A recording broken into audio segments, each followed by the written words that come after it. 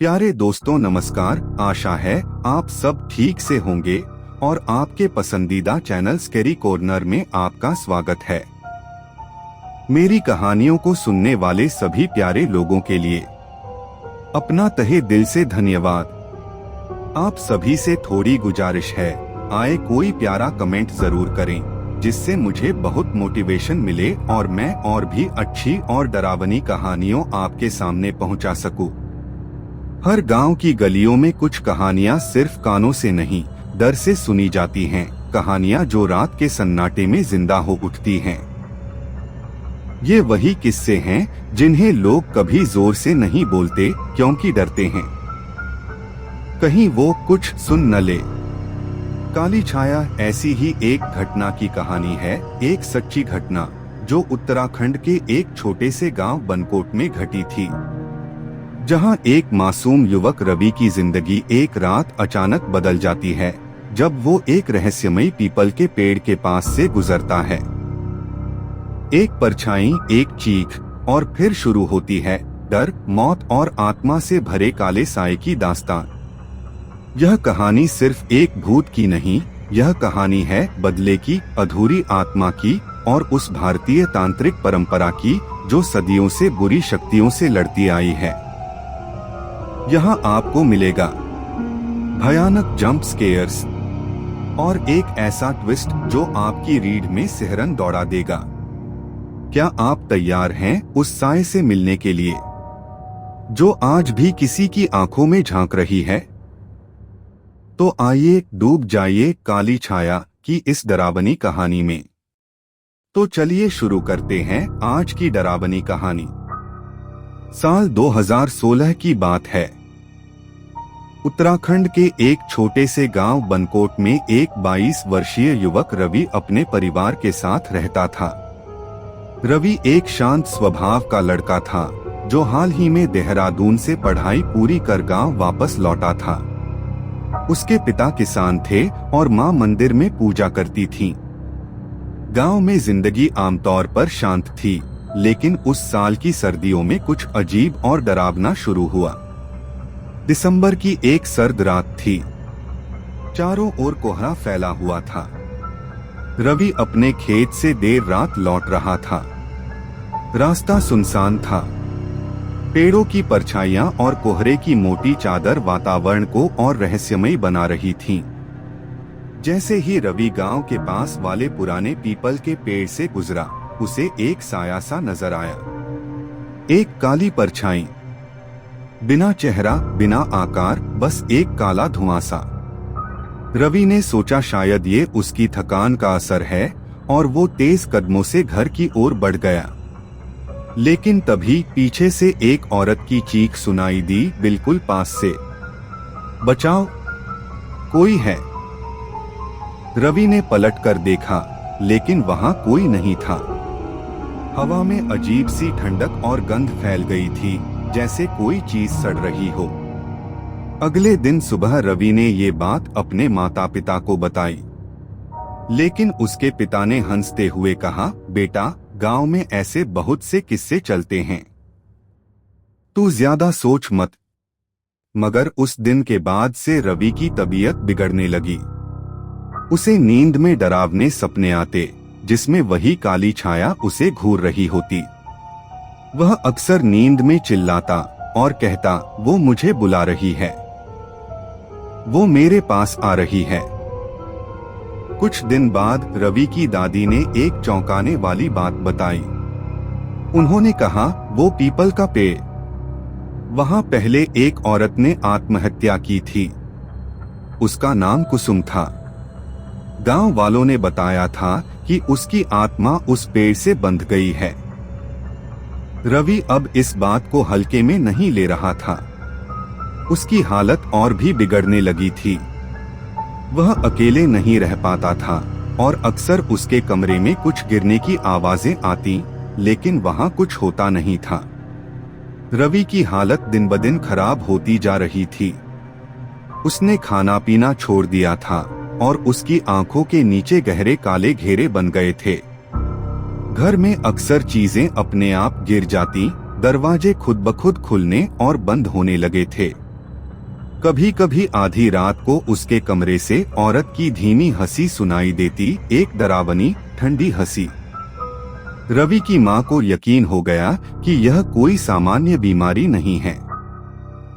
उन्होंने गांव के पास वाले जंगल में रहने वाले बाबा रघुनाथ को बुलाया, जो तांत्रिक और झाड़ फूंक करने में माहिर माने जाते थे।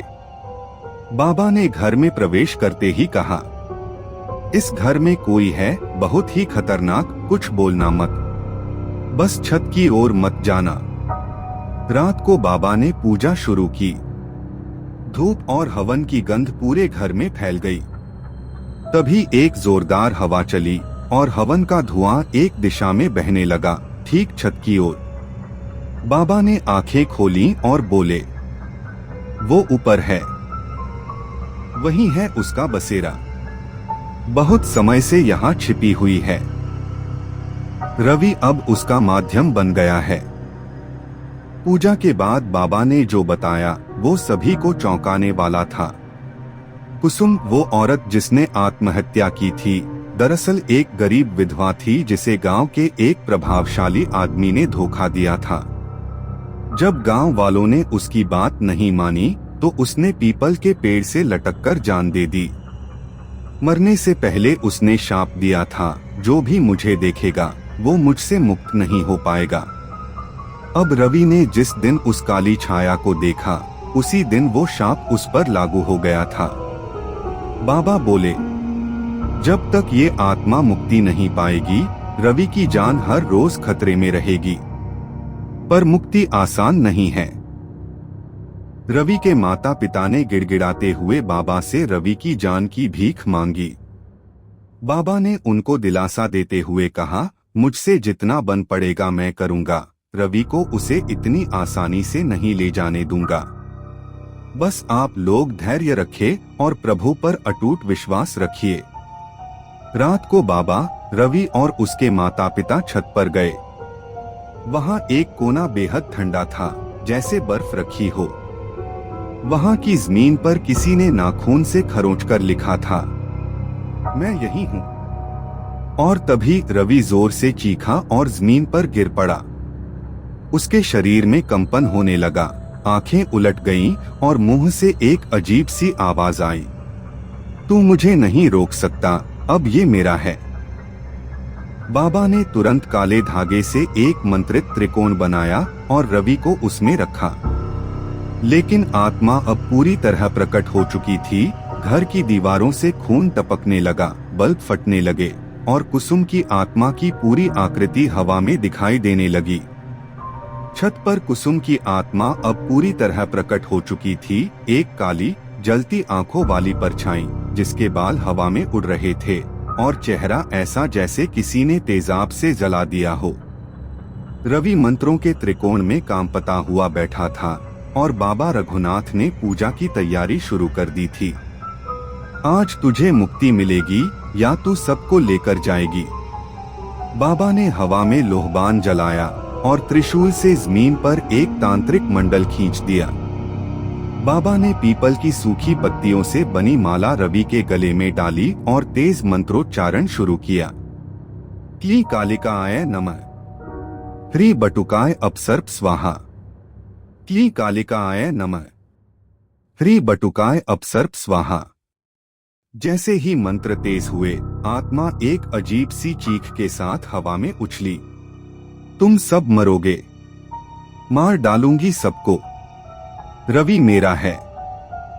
तभी घर की दीवारों से अचानक खून की धाराएं निकलने लगी। कमरे के कोने से एक हाथ बाहर आया और रवि की मां की साड़ी पकड़ ली। उन्होंने जोर से चीखा, लेकिन बाबा ने तुरंत गंगाजल उस ओर फेंका तो वह भूतिया हाथ जलने लगा और पीछे खींच गया। रवि के शरीर में आत्मा फिर से प्रवेश कर चुकी थी। उसके मुंह से कुसुम की आवाज निकली, वो वादा करके मुकर गया था, मैं सबका अंत चाहती हूँ। उसने मेरी परवाह नहीं की, अब मैं किसकी परवाह नहीं करूंगी। बाबा बोले, कुसुम, तुझे तेरे दोषी नहीं मिले, पर बाकी लोग निर्दोष हैं। यदि तू बदला लेना चाहती है तो तांत्रिक न्याय के सामने खड़ी हो। बाबा ने काली माँ की मूर्ति सामने रख दी। मूर्ति के सामने जलता दीपक अचानक बुझ गया और फिर जोरदार धमाके के साथ एक खिड़की खुली। कुसुम की आत्मा एक पल के लिए लाल आंखों और जलते शरीर के साथ मूर्ति के सामने आई और जोर से चीखी। ऐसा लगा जैसे आसमान फट गया हो। बाबा ने एक आखिरी प्रयास किया। उन्होंने रवि की जेब से एक चीज निकाली, कुसुम की आखिरी चिट्ठी जो गांव के एक बुजुर्ग के पास थी, और वो बुजुर्ग और कोई नहीं बल्कि कुसुम के दादाजी थे, और जिसमें कुसुम ने अपनी आत्महत्या का कारण लिखा था। उन्होंने वह चिट्ठी आत्मा के सामने जलाते हुए कहा, तुझे कोई नहीं सुन पाया, पर अब तेरी सच्चाई जलकर हवा में फैल रही है। जा और मुक्त हो। कुसुम की आत्मा जोर से चीखते हुए रवि से बाहर निकली, हवा में गोल गोल घूमने लगी। अचानक बिजली कड़की, घर के सारे बल्ब फट गए और पूरे गांव की लाइट चली गई।